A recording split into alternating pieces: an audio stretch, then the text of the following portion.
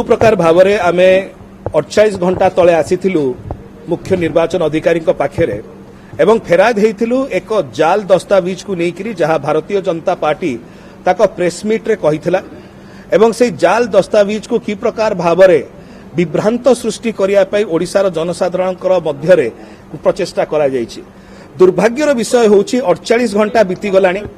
किंतु अभी पर्यंत भारतीय जनता पार्टी जे प्रकार एक जघन्य आपराधिक कार्य कला तांको ऊपर अभी पर्यंत कोनोसी कार्यानुष्ठान इलेक्शन कमिशन किंबा सीईओ को द्वारा निया जाय नाही। यह अत्यंत दुर्भाग्यजनक। आमे देखुछु गोटिए पक्षरे कांग्रेस रे जणे जे कैंडिडेट अछंती मालकानगिरी रो सी आज गोटे पटुआर रे बाहरले बोली इमिडिएटली तांको ऊपर नोटिस करा गला सीईओ को माध्यम रे इलेक्शन कमिशन माध्यम रे किंतु ए प्रकार एक आपराधिक कार्यकलाप मध्य भारतीय जनता पार्टी छाती चौड़ा करके बुलुचंती राजरास्ता रे किंतु तांको अभी पर्यंत सीईओ एवं इलेक्शन कमिशन को द्वारा एक बार तागिद भी है नहीं कि कौनसी कार्यानुष्ठान ग्रहण करा जाए नहीं कि को नोटिस भी सर्व है नहीं एवं अपर पक्षरे सोशल मीडिया रे जो प्रकार भाव में भारतीय जनता पार्टी को ये पार्टी या प्रचार प्रसार करुचंती ता परे मध्य सोशल मीडिया को कौनसी प्रकार तागिद भी करा जाउ नहीं फेसबुक एवं ट्विटर को या पुल डाउन करिया पे गोटे भारत वर्ष जो निर्वाचन चली ओडिशा रे निर्वाचन चलती से ए प्रकार जघन्य कांड उपरे जदि कौनसी कार्यानुष्ठान ग्रहण करा जाए नहीं ताले भारत वर्ष एवं विशेषकर ओडिशार निर्वाचन अबाहत हैला केमिति निरपेक्ष हैला केमिति सेतिपई 48 घंटा बीती गलानी एई घटना को 3 दिन हेई गलानी गोटे नोटिस भी सर्व करा गलानी ता अत्यंत दुर्भाग्यजनक। आमर दाबी रही सीईओ को पाखरे कि आउ थरे से प्रचेष्टा करंतु एवं जो प्रकार तत्परता देखा जाउची मालामाढ़ी केस रे एटलिस्ट ताठारु जदि किछि कम तत्परता देखांते जना पड़ता सतरे भारतीय जनता पार्टी रो चाप बोधे निर्वाचन प्रोसेस उपरे पड़ी नाही। सीईओ कहिसंती जे he will look into the matter. आमे आशा करूछु कारण जेहेतु निर्वाचन विधि व्यवस्था रहिछि एवं बिजु जनता दल निर्वाचन विधि व्यवस्था उपरे संपूर्ण विश्वास रखी आसीछि एवं रखिबो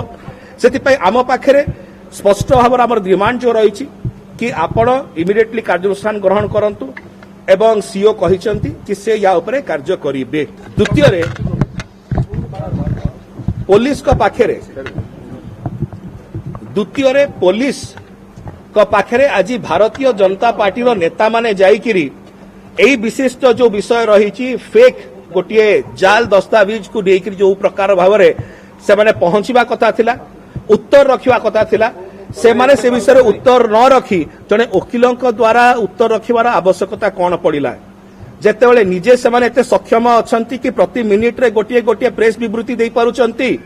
लुचिया पे काहे के चेष्टा करूची भारतीय जनता पार्टी एवं ताकर नेतृवृंद तो ये सत्साहस अच्छी आपण मिछ कही नाहंती आपण दस्तावेज को जाली करी नाहंती जालियाती रे आपण संपृक्त नाहंती ताले आज्ञा सत्यता को सामना करियार आपण भयभीत कहीं जेतेबेले चोरी धरा पड़ी जाइछि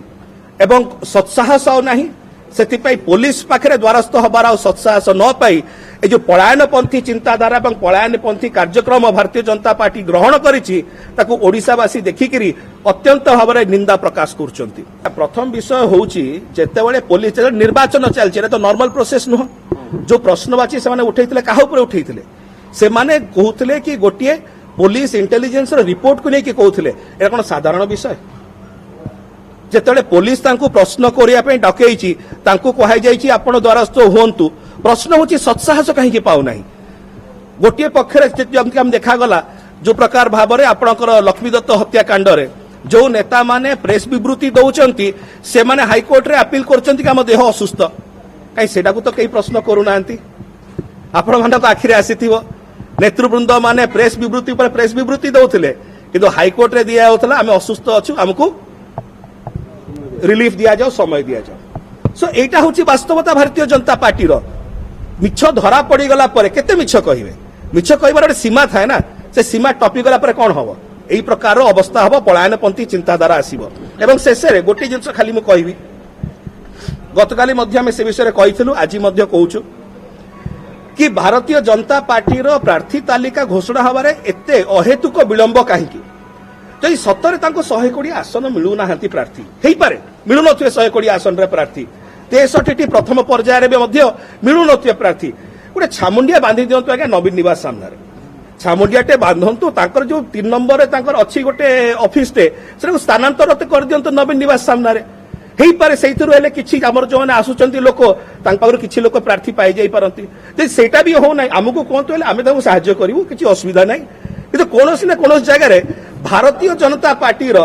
ଯୋଉ ଔଷଧ ବିକଳ ତାଟିଆ କାମୁଡି ଅବସ୍ଥା ଆସିଲାଣି ଯଦି ସତରେ ଡିକ୍ଲେୟାର କରୁନାହାନ୍ତି ନିର୍ବାଚନ ଲଢିବେ ତ ନିର୍ବାଚନ ପ୍ରସ୍ତୁତ ଅଛନ୍ତି ତ ପ୍ରସ୍ତୁତି ନାହିଁ ଆମକୁ କୁହନ୍ତୁ ଆମେ ସାହାଯ୍ୟ କରିବୁ ଆଜ୍ଞା ଦେଖନ୍ତୁ କଂଗ୍ରେସ କୁହନ୍ତୁ ଭାରତୀୟ ଜନତା ପାର୍ଟି କୁହନ୍ତୁ କି ବିଜୁ ଜନତା ଦଳ କୁହନ୍ତୁ ଗୋଟିଏ ପରିବାରରୁ ଅନେକ ଲୋକ ଅନେକ ଦଳରେ ଅଛନ୍ତି ଯେମିତି ମୁଁ ଆପଣଙ୍କୁ ଗୋଟେ ଉଦାହରଣ ଦେବି ମାଲକାନଗିରି ଯାହା ମୁଁ ଶୁଣିଲି ଗଣମାଧ୍ୟମ ପାଖରୁ ଚିତ୍ରକଣ୍ଡାରେ କି ଗୋଟିଏ ପରିବାରରୁ 3 ଜଣ ପ୍ରାର୍ଥୀ ଅଛନ୍ତି 3ଟା ରାଜନୈତିକ ଦଳର ତ ସେଇ ପ୍ରକାର ଭାବରେ ଗୋଟିଏ ପରିବାରରୁ ଅନେକ ଲୋକ ଅନେକ ଜାଗାରେ ରାଜନୀତି କରୁଛନ୍ତି ଏଥିରେ ନୂତନତ୍ୱ ତ କିଛି ନୁହଁ ଆଜ୍ଞା ଧର୍ମେନ୍ଦ୍ର ବାବୁଙ୍କୁ ଗୋଟେ ସ୍ପଷ୍ଟ ପ୍ରଶ୍ନ ଯଦି ଆପଣ ସତରେ ସତ୍ୟତାରେ ବିଶ୍ୱାସ କରନ୍ତି ଆପଣଙ୍କର ଯଦି ଦଳ ସତରେ ସତ୍ୟତାରେ ବିଶ୍ୱାସ କରେ ପୋଲିସ ପାଖରେ ହାଜିର ହେଇକିରି ଯୋଉ ଜାଲ ଦସ୍ତାବିଜକୁ ଆପଣମାନେ ଉପସ୍ଥାପିତ କରିଥିଲେ ତାକୁ ସ୍ପଷ୍ଟ କରି କହୁନାହାନ୍ତି ଛାତିରେ ହାତ ରଖି କହୁନାହାନ୍ତି କି ନାଇଁ ଆଜ୍ଞା ସେ ଜାଲି ଦସ୍ତାବିଜ ନୁହଁ ସେଟା ଆମେ ବନେଇଥିଲୁ କୁହନ୍ତୁ ନା ଏତେ ଡର କାହିଁକି ଭୟ କାହିଁକି ପ୍ରହେଳିକା କାହିଁକି पुलिस कहीं खोजी बाहर करने की ଆଜ୍ଞା ପୋଲିସ କାମ କରିବ ଅବି ଯେହେତୁ ମଡେଲ କୋଡ୍ ଅଫ୍ କଣ୍ଡକ୍ଟ ଅଛି ପୋଲିସ ତା ବାଟରେ ଅଛି ଆମେ ଆମ ବାଟରେ ଅଛୁ ସରକାର ଅଲଗା ଦଳ ଅଲଗା କିନ୍ତୁ କଥା ହଉଛି ଯେତେବେଳେ ନିର୍ବାଚନ ଆଚରଣ ବିଧି ଚାଲିଛି ସେତେବେଳେ ଯେତେବେଳେ ଗୋଟେ ଜାଲ ଦସ୍ତାବିଜ ଆସୁଛି ତା ଉପରେ ଆଜି ପର୍ଯ୍ୟନ୍ତ ଧର୍ମେନ୍ଦ୍ର ବାବୁ ଉକ୍ତି ରଖିଲେଣି କି ଆଜି ପର୍ଯ୍ୟନ୍ତ ଧର୍ମେନ୍ଦ୍ର ବାବୁ କହିଲେଣି କି ଯୋଉ ପ୍ରେସମିଟ୍ ହେଇଥିଲା ଭାରତୀୟ ଜନତା ପାର୍ଟି ଦ୍ୱାରା 18 ମାର୍ଚ୍ଚ 2019 ସନ୍ଧ୍ୟା ବେଳେ ସେଥିରେ ଜାଲି ଦସ୍ତାବିଜ ବ୍ୟବହାର କରାଯାଇଥିଲା ଜାଲିଆତି ହେଇଥିଲା ନା ନାହିଁ ତାର ଉତ୍ତର ଦିଅନ୍ତୁ ଯୋଉ ସତ୍ସାହସ ଅଛି ଆମେ ଆହ୍ୱାନ କରୁଛୁ ଶ୍ରୀ ଧର୍ମେନ୍ଦ୍ର ପ୍ରଧାନଙ୍କୁ ଯେ ସତରେ ଆପଣ ସତରେ ବିଶ୍ୱାସ କରନ୍ତି ତାହେଲେ ଆଗକୁ ଆସନ୍ତୁ କୁହନ୍ତୁ ଏଟା ଜାଲି ଆଉ ଯଦି ଜାଲି ତାହେଲେ ବନେଇଲା କିଏ ଯଦି ଜାଲିଆତି ହେଲା କଲା କିଏ ଯଦି ଜାଲିଆତି ନୁହଁ ତାର ଅରିଜିନାଲ ସୋର୍ସ କୁହନ୍ତୁ ଆପଣମାନେ ନିଜେ ସ୍ୱୀକାର କଲେ ଧର୍ମେନ୍ଦ୍ର ବାବୁଙ୍କ ଦଳ କି ନା ଆଜ୍ଞା ଆମେ ସୋସିଆଲ ମିଡିଆରେ ଘୁରି ବୁଲୁଥିଲା ଆମେ ପାଇଗଲୁ ସାଧାରଣ ଲୋକଟିଏ ଯିଏ ସୋସିଆଲ ମିଡିଆ ବିଷୟରେ ଜାଣିଛି ସେ ଜାଣେ କେତେ ଫେକ୍ ନ୍ୟୁଜ ମିଛ କଥା ସେଠି ବୁଲି ପଡେ ତା ମାନେ ମିଛର ଅଣ୍ଟିରୁ କାଢିକିରି ଆପଣ ମିଛଟା ପରିବେଷଣ କରୁଛନ୍ତି ଧର୍ମେନ୍ଦ୍ର ବାବୁ ଦୟାକରି ଗୋଟେ ବିଷୟ ଜାଣନ୍ତୁ ମିଛ କହିବାର ଅଭ୍ୟାସ ଭଲ କଥା ଭାରତୀୟ ଜନତା ପାର୍ଟିର କିନ୍ତୁ ଏତେ ବି ମିଛ କୁହନ୍ତୁନି କି ସେ ମିଛଟା ଗ୍ରହଣୀୟ ବି ହେଇପାରିବ ନାହିଁ